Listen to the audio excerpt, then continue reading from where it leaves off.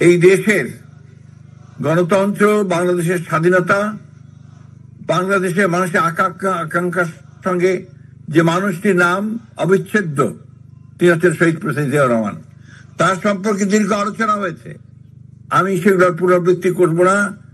এই আলোচনা সভার সভাপতি হিসেবে আমি শুধু একটি কথা বলতে চাই, জিয়াউর রহমান সাহেবের নাম মুছে ফেলার ভয়াবহ রকম চক্রান্ত হয়েছে বারবার।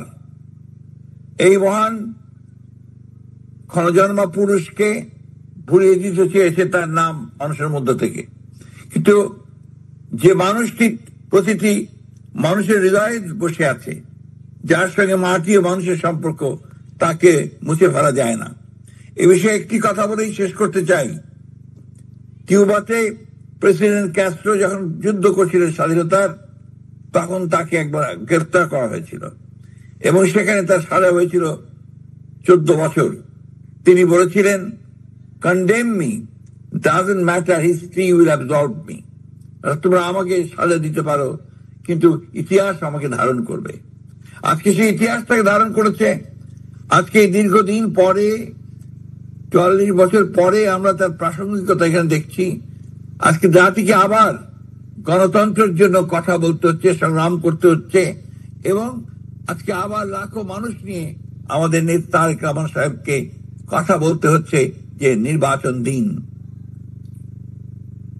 এখন একটি কথা, একটি কাজ, আমাদের এই জাতির মুক্তির জন্য, এই জাতিকে সত্যিকার অর্থেই শহীদ জিয়ার যে স্বপ্ন, সেই স্বপ্নকে বাস্তবায়িত করার জন্য, তার ইপ্সিত লক্ষ্যে পৌঁছে দেওয়ার জন্য সকলকে ঐক্যবদ্ধ হয়ে আমাদেরকে গণতন্ত্রে পৌঁছানোর সংগ্রামকে আরো তীব্র থেকে তীব্র করতে হবে।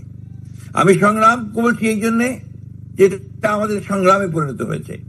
একটা অত্যন্ত পরিকল্পিত ভাবে বাংলাদেশের মানুষের মধ্য থেকে গণতন্ত্রকে সরিয়ে দেওয়ার প্রচেষ্টা করা হচ্ছে, আবার বিরাজনীতিকরণের একটা ষড়যন্ত্র চক্রান্ত করা হচ্ছে। সেইখান থেকে জাতি উদ্ধার করার দায়িত্ব বাংলাদেশ জাতীয়তাবাদী দলের, এবং সেই জন্যই আমাদের নেতা জনাব তারেক রহমান সাহেব অত্যন্ত সঠিকভাবে বলেছেন যে বিএনপির উপর নতুন দায়িত্ব বর্তেছে।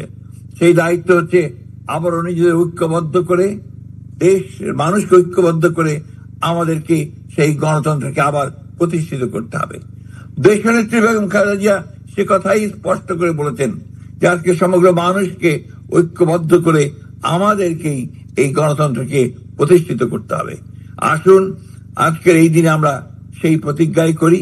আমরা সেখানেই আমাদের নেতার প্রতি শ্রদ্ধা জানাতে পারবো যদি আমরা গণতন্ত্রকে প্রতিষ্ঠা করতে পারি। সভাপতি হিসাবে আমি সবাইকে ধন্যবাদ জানাতে চাই। বিশেষ করে ধন্যবাদ জানাতে চাই আমাদের সকলের প্রিয় দেশনেত্রী বেগম খালেদা জিয়াকে, যে তিনি আজকে আমাদের সামনে উপস্থিত হয়ে আমাদেরকে যে নতুন অনুপ্রেরণা দিয়েছেন, নতুন শক্তি জন্য তাকে আন্তরিকভাবে ধন্যবাদ জানাতে চাই। ধন্যবাদ জানাতে চাই যারা তারেক রহমান সাহেবকে, যে গতকাল তিনি তার বক্তব্যের মধ্য দিয়ে মানুষকে যে নতুন করে স্বপ্ন দেখতে শুরু করিয়েছেন, সেই জন্য তাকে ধন্যবাদ জানাতে চাই। আসুন তার নেতৃত্বে সমগ্র জাতিকে ঐক্যবদ্ধ করে আমরা শহীদ মিয়ার স্বপ্নকে বাস্তবায়িত করি। সকলকে ধন্যবাদ। আসসালামু আলাইকুম, খোদা হাফেজ।